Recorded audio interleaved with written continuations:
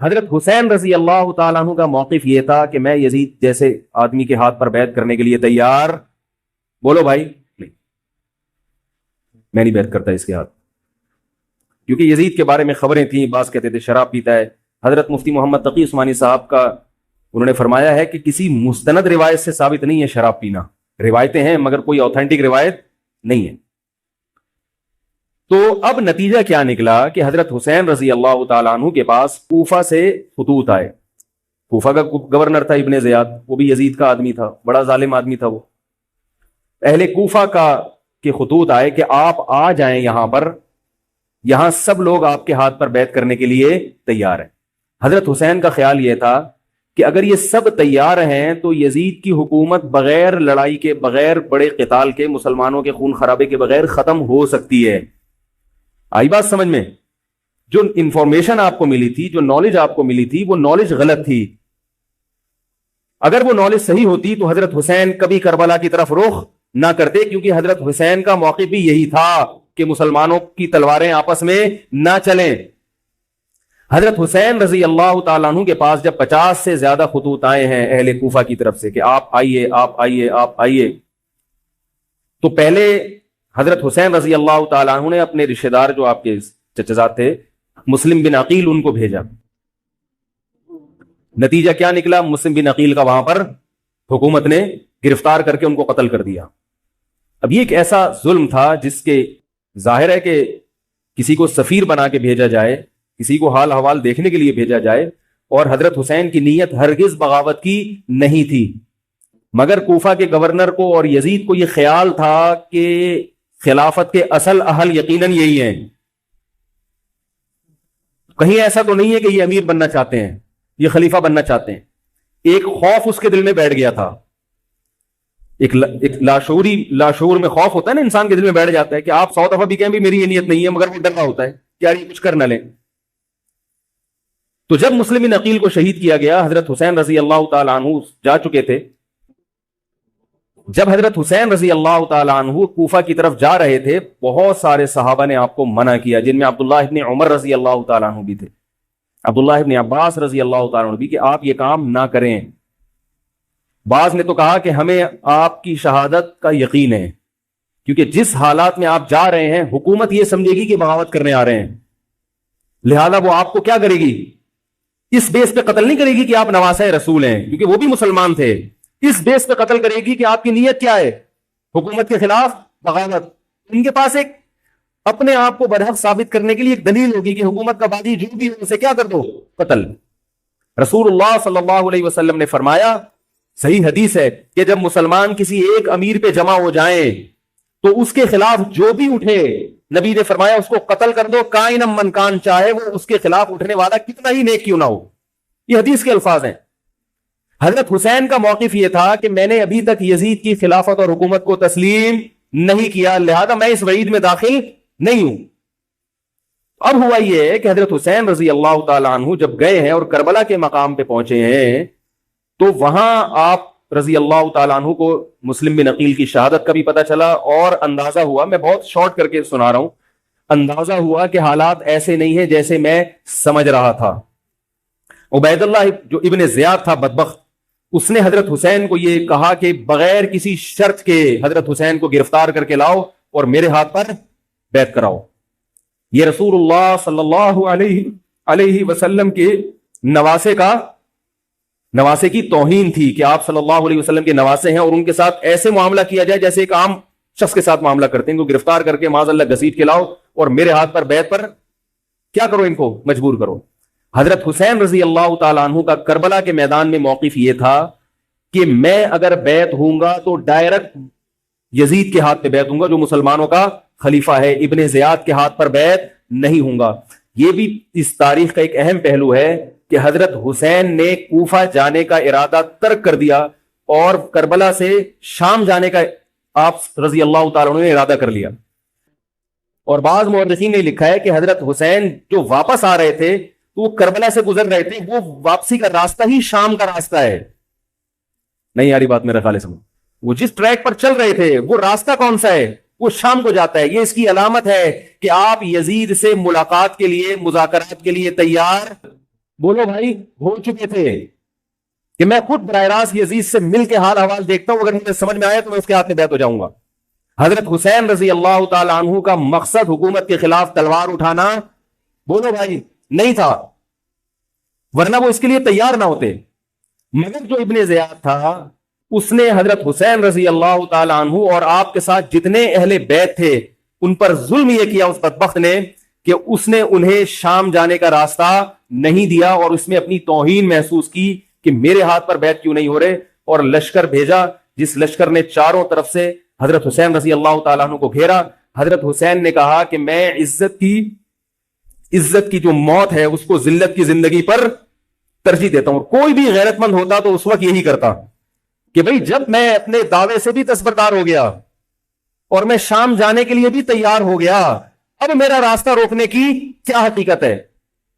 اللہ تعالیٰ کوفہ کے گورنر کے ذریعے حضرت حسین کا قتل کروانا چاہتے تھے تاکہ اس کی بدبختی ساری دنیا کے سامنے ظاہر ہو جائے۔ اگر حضرت حسین پھر بھی تلوار چلاتے، پھر بھی لڑتے، حضرت حسین پر یہ الزام لگایا جا سکتا تھا کہ معاذ اللہ آپ باغیوں میں ہیں، تو اللہ تعالیٰ نے اپنے نبی کے نواسے کو اس الزام سے محفوظ رکھا اور آپ نے لڑائی کا ارادہ ترک کر دیا۔ حضرت حسین نے کربلا کے میدان میں جو لڑائی لڑی ہے وہ اقدامی لڑائی نہیں تھی، وہ دفاعی لڑائی تھی۔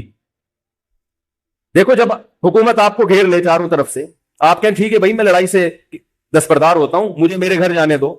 حضرت حسین کا ایک مطالبہ یہ بھی تھا کہ یا تو مجھے واپس جانے دو مدینہ، میں جہاں سے آیا ہوں وہیں جا رہا ہوں واپس، مکہ جانے دو یا مدینہ جانے دو۔ ان کا ایک مطالبہ تھا کہ نہیں، ان کو گرفتار کر کے لاؤ اور زبردستی ہمارے ہاتھ پر بیعت کراؤ۔ یہ ظلم تھا۔ نتیجہ کیا نکلا ہے کہ کربلا کے میدان میں آپ کو گھیر کر آپ کو بھی شہید کر دیا گیا، اور جتنے اہل بیت تھے مرد سوائے امام زین العابدین کے جو حضرت حسین رضی اللہ حضرت حسن کے بیٹے تھے، ان کے علاوہ جتنے بھی اہل بیت تھے ان سب کو قتل کر دیا گیا۔ اور یہ اسلامی تاریخ پر ایک بدنما داغ ہے یہ واقعہ کہ ایک اسلامی حکومت تھی اور اس کے اسلامی حکمران تھے، اور ان حکمرانوں کے ہاتھوں محمد صلی اللہ علیہ وسلم کے نواسے کا سر جو ہے وہ گردن اڑائی گئی ہے۔ مجھ سے خدا کی قسم یہ الفاظ ادا نہیں ہو رہے، میں اپنے جذبات پہ بہت زیادہ کنٹرول کر رہا ہوں۔ وہ منظر کیا ہوگا کہ جب نبی صلی اللہ علیہ وسلم کے نواسے، آپ صلی اللہ علیہ وسلم کے نواسے کی گردن اڑائی گئی ہو، تو یہ بہت ایک اسلامی تاریخ میں ایک بدترین واقعہ ہے۔ لیکن بات یہ ہے کہ جب یہ واقعہ ہو گیا اور قتل کر دیا گیا، باقی جتنے بھی جو زندہ بچے تھے اہل بیت وہ یزید کے پاس لے جائے گئے۔ روایات میں آتا ہے کہ یزید نے ان کا اکرام کیا اور ان کو عزت کے ساتھ تحفے تحائف دے کر واپس کیا۔ یہ جو کربلا کے واقعات میں جو ظلم کی داستانیں اضافی بیان کی جاتی ہیں، اس کا مستند تاریخی روایات سے کوئی ثبوت، بولو بھائی، نہیں ملتا۔ اب لوگوں نے اپنی دکانیں چمکا لی ہیں، پانی نہیں تھا، کئی دنوں سے کھانا نہیں ملا۔ صحیح روایات سے ثابت ہے کہ حضرت حسین رضی اللہ تعالیٰ عنہ کربلا کے میدان میں وضو کر کے نماز پڑھتے تھے، تو پانی تھا تو، اور بعض نے یہ کہا کہ اہل بیت کی عورتوں کی عزتیں اچھالی گئی ہیں۔ آپ اس طرح کی باتیں کر کے اہل بیت سے محبت کا اظہار کر رہے ہو یا ان کی توہین کر رہے ہو؟ بولو بھائی، اگر کوئی عزت دار پاک دامن عورت ہو، بالفرض اس کی عزت پہ ڈاکہ ڈلتا ہے، بالفرض، تو آپ اس بات کو چھپاؤ گے نا، آپ جھوٹ بولو گے، بولو گے نہیں بھائی اس کی عزت پہ کوئی آنچ نہیں آئی ہے۔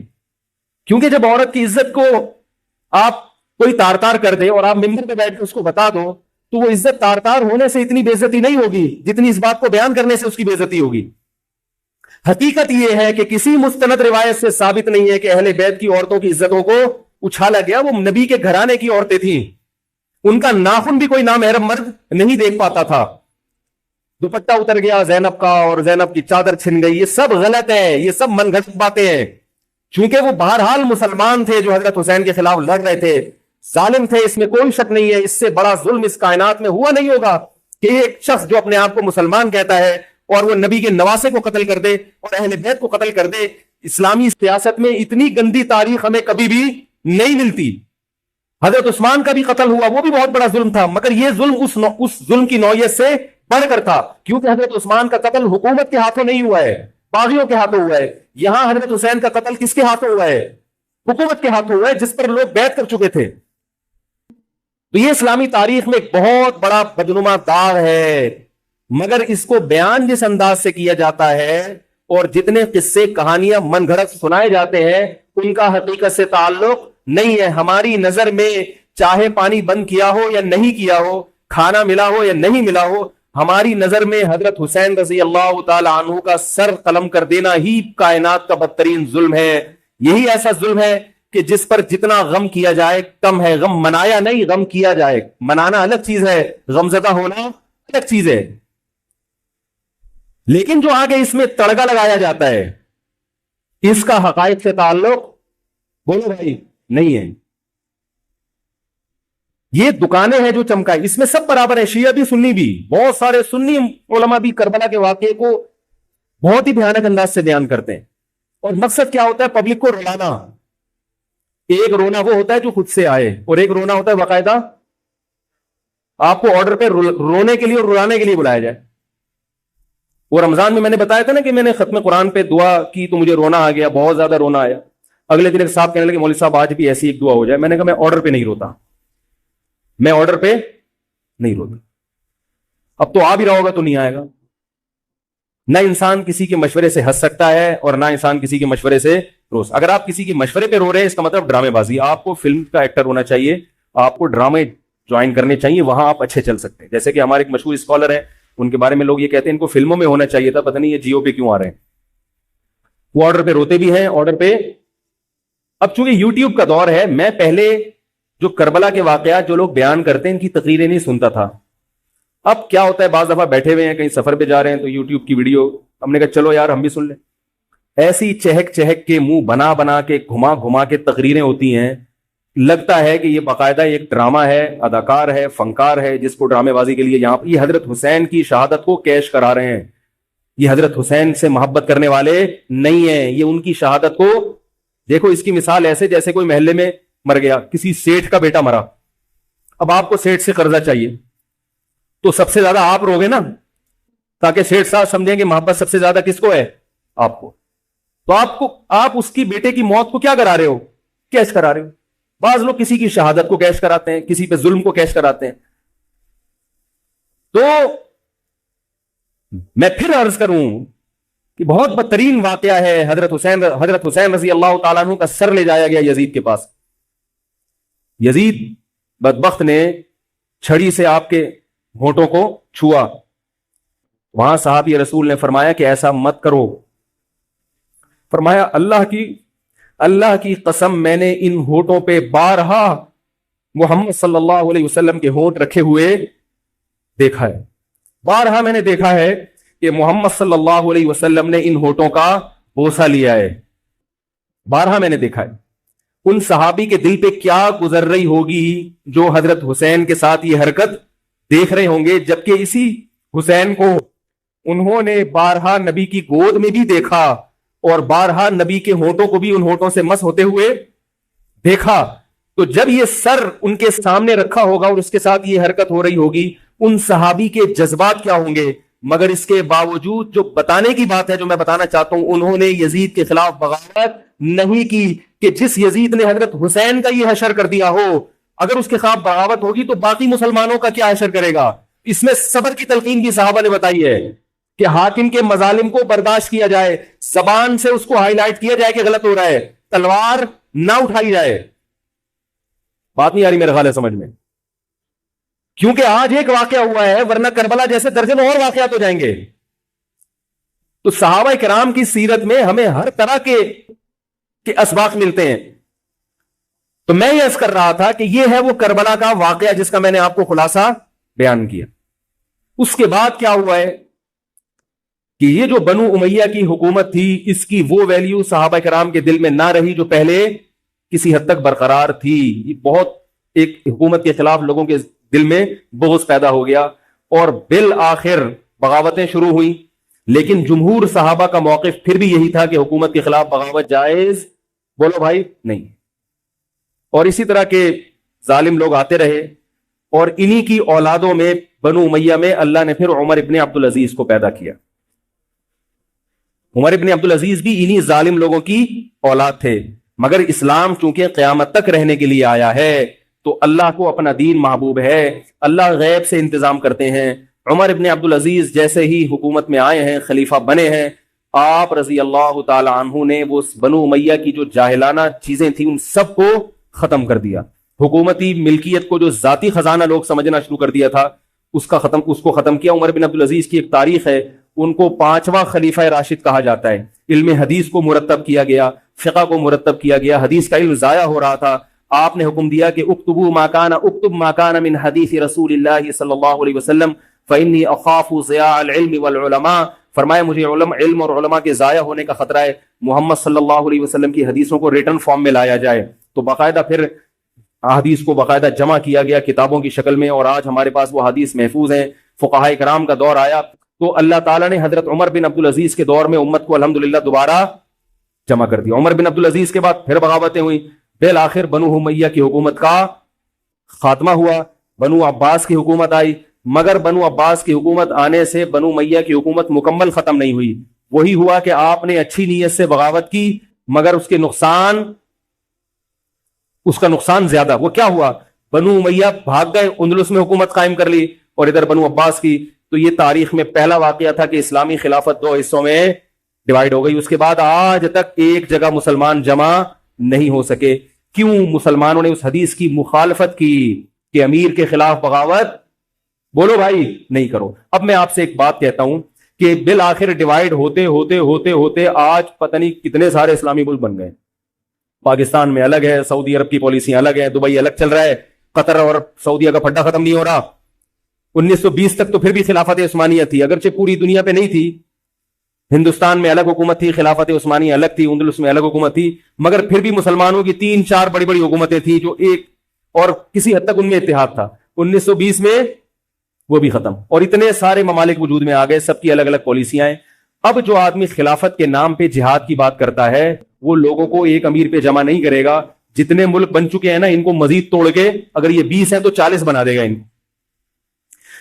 بہت مشکل ہے سمجھانا بھائی۔